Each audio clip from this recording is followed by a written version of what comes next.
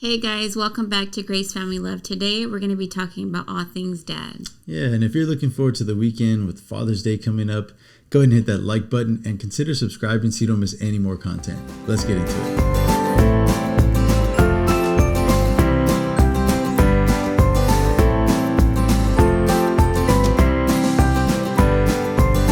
All right, welcome back to another episode of the Grace Family Love podcast, where our goal in life is to help you stop surviving and start thriving. All right, guys, so I'm not going to be 100% if you see, you're like, what is wrong with Vanessa? If you can't see, I don't look like myself today. I'm just dragging myself out of bed. I've been icing all day today. For those that have been around here for a long time, I suffer with a couple of issues with my back, and I got surgery like 5 months ago, and this procedure is supposed to be done every 6 months. So I feel it's starting to come back. The nerve is growing back, and I'm just like, my body. So hence why I look like this, and I'm just getting by the grace of God. So today we're going to be talking about all things dad, and I think that I actually just want to ask Joe a couple of questions, because I think that just hearing a perspective of whether you're a dad, a young dad, or want to be a dad, or you are a stepdad, or you have tons of kids, whatever you are, or if you have a father, I think just hearing a perspective and hearing it from the outside looking in, it might just be able to shift things around for you and maybe see Father's Day, something different. So my question to you is, you're a stepdad too, okay, and you've had a stepdad and your regular dad. Like, what are some things that have helped you from both parties? Because I know that sometimes that's not the ideal situation for most people, and there's a lot of... it's ideal for any child, at least in their mind. Right, either. That's what I'm saying. Well, it's just super it's not the norm, you know what I mean? And a lot of people can just see all things bad. But what is it, a couple of things that maybe made it, that just grateful for the situation for both sides, having your dad and your stepdad? What are some things that you learned? So I guess if I were to pick a couple of things that I think that, my dad and my stepdad contributed, I would say that probably my work ethic, in the way that I conduct myself at work. Part of the reason why I was successful, I guess a large part of why I was successful in the military, is because I could handle like what others might feel like an extreme amount of stress. And so that pressure didn't kind of like make me buckle. Yeah. And so those things really helped me in life, even until now. Like it's an ability to, no matter what it feels like on the inside, to kind of remain calm and to have an exterior that kind of also brought a sense of calm to others. Where did you learn? Because, with that part where you say, okay, like it's stressful, like I could handle a lot of stress. I can't imagine how you at 18 could be in a point where you can handle a lot of stress. That means because you probably went through a lot to be able to handle a lot of stress, right? Partially, but at the same time, like people inherit, certain abilities and certain characteristics. And I think in general, men are just like that. Mm-hmm. But at the same time, when you have like my dad, he's super jokey and funny, at the same time, but there's also a side where it can be very stern. And if you don't know him, it kind of is like, oh man, that's harsh. But that's just the part of the personality, and so I have something very similar or identical almost. They're twins, guys. But I wish you could see. And so what happens is that, no matter, like I said, no matter what's going on the inside, I can still get my head wrapped around. I just have to get it done. Yeah. That's just what you have to do. So those are, I think, characteristics that has made me highly successful so far in where I am. And I kind of want you guys to just kind of take that into consideration, like depending on your relationship with your dad. Not all relationships are healthy, because they're not, not all relationships you can say like, oh, my dad gave me some good stuff, because it's not all true. When I grew up, my dad was a drug addict, and he drank. He did drugs like almost all my life. And if back maybe 13 years ago, if he would have told me like, what good thing did your dad give you? I could be like, nothing. He didn't give me nothing because he was never around. But the thing is that it's not necessarily true. And sometimes when we're able to just change our mindset, we're able to just appreciate, even the things that at the moment, like, you don't understand. Like, there was many times where my dad would come home and my mom was always working too. She worked all the time. And my dad would bring home food, like, a sandwich from Save Mart. But for him, for somebody that's like not all there, and to think my kids need to eat, like, that was big. And just little things like that he was considerate or thoughtful. At that moment, I didn't see any of those. But now, me being older and being a parent, I can see, those, like, even though I don't have it all together, I want to keep trying or kind of be there when I can. And, so just, I wanted you to understand that part, that doesn't matter what relationship you have, like, you can find and just take out the good parts and just appreciate your dad and be grateful for the qualities that he even inherited from him, or not. Yeah, and there were opportunities, where he would take me to work and kind of show me the ropes on what he does, and it gives you a different type of appreciation. But then also just to see it in action, to see that example, it's pretty important. That's significant. And I don't think that it's hard to appreciate if you can change your mentality. And a lot of it has to do with just giving up that victimhood mentality. Yeah. Whatever happened. And the truth of the matter is now is that, I can look back and say, like, from the time that I was able to consider my actions and choose what I wanted to do, knowing what was right and wrong, I can't really blame anybody else for my choices, And then looking back, getting over that victimhood mentality, you realize that you're alive because your parents did something right. They fed you, kept you warm. You ate, you slept. And so to a certain degree, they did their part. Yeah. Like, they're supposed to raise you until you leave the house. And not too long ago, I just remember telling my dad, the same thing, like that I appreciated that. And probably the single most important thing is just him giving his heart over to Christ and having that be an introduction to me on what it means to have a personal relationship with Jesus. And that's game changing, because even though I didn't perceive it and receive it the same way that I do now when I was a kid, I saw, I remember waking up and seeing him praying early in the morning. I remember waking up and seeing him doing his kind of like his devotional time, taking us to church, whether we wanted to go or not sometimes, but having us in an environment that allowed us to have a sense of community, but in a healthy way. So I thought, that was very important, and that really helped out a lot. And looking back now, to allow me to say, okay, now I understand what was happening, because to plant the seed, right? Because now that I'm trying to do the same thing for my kids, I have a different appreciation for that. On the other side, with my stepdad, it was a different dynamic and a different kind of affection that was different from what I had been used to.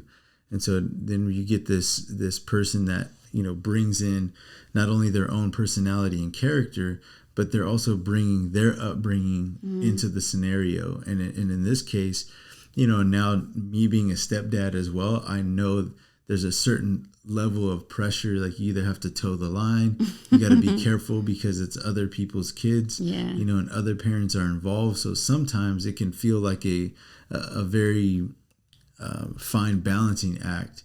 But the good that I received were things like story time, before bed, like actually having an opportunity to dive into different types of books and really take an opportunity to to explore that in your imagination. You know, I don't know if you've ever read or heard of the Hardy Boys before, but it's this really cool, interesting series of books, and it's just like adventure, you know, and these brothers go on these adventures and stuff.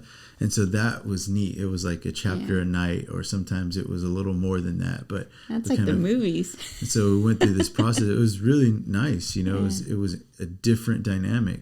And then, you know, being in sports, you know, he helped out with a lot of coaching and was, you know, he was the homework dad, you know, where he helped out with the homework and stuff. And so different personalities, different characteristics, but definitely helped me. And one of the things that I use, that I learned from him, that I use even to this day, is like when the kids ask me to spell something, I'm like, sound it out, you know, go get the dictionary. Although it doesn't have quite the same ring to it now because they can just Google it. You know? Alexa, how do you spell hippopotamus? Yeah, it was just like Google it, and instead of having to pull out the encyclopedia or pull out the dictionary. But, you know, things like that are helpful, and it's nice because it causes the kids to put effort in while having that loving support of the father, whether it's me using what I learned from my dad, you know, to get down and get in and work with them, you know, work with Aiden, going to the car wash, or, you know, doing those things, even though it's like, you should be doing this, you know, but it's a way for me to instruct and guide and say, this is how you do it. This is how you put effort. You know, this is why you give your best, you know, or reading stories with Lily, you know, something that I learned from my stepdad, and just having that moment and taking the time and having it be like important. Give it that priority. What was something that you didn't have as a kid, just growing up from your dads, either one, that now you're just kind of like, okay, this is something that I want to for sure make sure that my kids have, and you make an effort to kind of do that with the kids? Do you think that's important? I think that, you know, when it comes to just being in church together, and when it comes to things like when we prayed the other day, you know, as a family, or when we worship together, you know, having, you know, just last night was a perfect example of, you know, I asked you to take a picture because Aiden and I were up front, you know, and singing. So I was singing, I was playing the keyboard, and Aiden was standing to my left, and he was singing, you know, kind of like backup or backup vocals. And that was something that was uniquely special, you know, amongst all the kids. And I could see out, you know, and see you worshiping with Lily.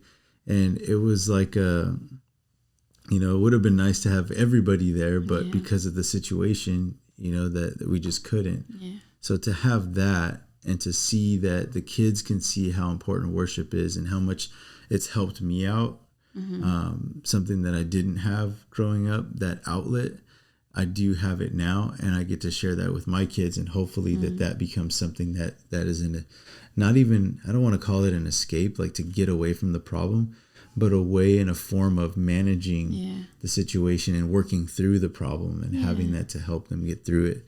So that really meant a lot to me. And I mean, and it's just kind of like a lot of people use yoga. A lot of people use, let's go hit the basketball court. Like, you know, a lot of people have different escape. And for us, like it's this.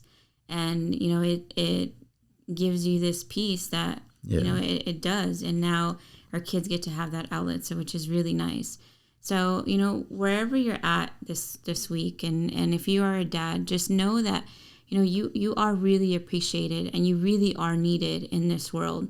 And no matter, you know, who's in there or not, or if, you know, you have a dad that's, you know, steps in the place when you can't be there, like everybody is needed. If you're a dad and you're taking that role, whether you're a step because you're stepping into the role of dad, or you're the dad, doesn't matter what days you're with the kid or not, every time that you're with the kid, like that time is important. And your standards are not you're not supposed to be this like super amazing dad. You're yourself. And by you just being loving, like that's enough, because your presence is enough for your children, because you're needed. Like you're needed in the family unit. And as for the moms, just make sure that this week, like, you let your husband know that, because a lot of the times we have a really good tendency of making sure that we do the negative list of, this is how you're not a great dad, and this is what you're missing, and why are you not meeting these standards of A, B, C, and D through Z. And then I just added a new alphabet, because we just have like a list galore. And a lot of the times I get to talk to a lot of women, and they're just like, my husband doesn't do this. He doesn't really talk to the kids. He doesn't have these conversations, and he needs to be a better dad. And I'm just thinking, like, at the end of the day, like, they don't have these qualities that we have, and we're asking them to almost be like a mom. And they have their own qualities, things that we can't contribute because that's their job. And a connection that, we can't connect with our kids the way they do. Right. I was just talking to Joe the other day, and I was just saying, like, I don't know what it is, but when you work out with the kids, like the boys, they're just like, I don't know, like they get like it's that testosterone. Yeah, it's like a rush of like, and I just see it in their face, and they lit up. And their mood changes, when they don't do that, even if I'm just like, you want to go shopping with me? It's not the same. Like, it's like, okay, when are we going home? So the dads are needed. So this week, appreciate your dad. Change your mindset from, my dad didn't give me anything, till, you know what, Dad, thank you for giving me life. Thank you for allowing me to be alive. Thank you for giving me the attributes that I do have, and for contributing into who I am now. For good or for bad, I'm here because you gave me a chance to live. And that's a blessing in itself. Yeah, I want to finish by just reading I want to read a quick excerpt from focusonthefamily.com. And the title of the article is The Significance of a Father's Influence. So I'm just going to read one part, and I'll leave the link in the description below that you can reference. And it's got a bunch of resources and articles attached to it. But listen to this. It says, in a 26-year-long study, researchers found that the number one factor in developing empathy in children was father involvement. Fathers spending regular time alone with their children translated into children who became compassionate adults. Think about that. That's pretty wild, because it's easy to think that, right? That without dad and just mom around, the kids will get by. And they may, but can't underestimate how important the dad's role is in the family. Yeah. And, I work in a prison. And so a lot of these guys, that end up there, they come from fatherless homes. Yeah. So if you're in the home and dad is around, be that cheerleader that he needs to help him get to the place where I think that deep down inside he wants to be. Yeah. Father, if you're listening to this and you feel like, you're not quite there yet, that's okay. Just be there. You don't have to be perfect. You don't have to do everything right. Yeah. If you happen to be in a home where there's stepdad, I just want to encourage you that you may not see right now what it is that you're investing in, but let me just leave this in your mind. And this is for all parents. The day that you plant the seed is not the same day you eat the fruit. So it might be that you're putting in so much effort and work right now and not seeing anything. Don't get discouraged, because it might be 10, 15 years down the road when he or she finally grows up and says, wow, now I understand. Yeah. Thank you for being hard on me. Thank you for being strict. Thank you for teaching me. Thank you for showing me the way. Thank you for guiding me. Thank you for stepping into the role of dad, and you just never know how great of an impact you're going to make. So just be loving, be encouraging, be present, and make the relationship with your children important, because it matters. All right, guys. So we love you guys. We're going to say a quick prayer for all the dads. And we just hope that you have a great Father's Day weekend. Yes. Lord, just thank you for the privilege that we're given to be fathers, to be present and be around, to be an influence of what it is to love, to work hard, to play hard for our children and for our family. Lord, I pray that for all those that are listening, that you would just bless their home, just give the father encouragement to want to step up and take that responsibility and own that role of being a father, to be a loving example, to be compassionate, patient, and kind. Lord, I pray that for those that are maybe just struggling at the moment, that you would just give them the necessary encouragement to really step up in faith and be able to take their place, Lord, as the priest of their home. Give them that spiritual protection and coverage that they need to be an example of what it means to lead, to guide, and instruct in love. Lord, we just thank you for this privilege of what it means to be a parent and a father. We thank you for everybody listening, and we just thank you for your presence in our lives. In Jesus' name we pray. Amen. Bye, guys.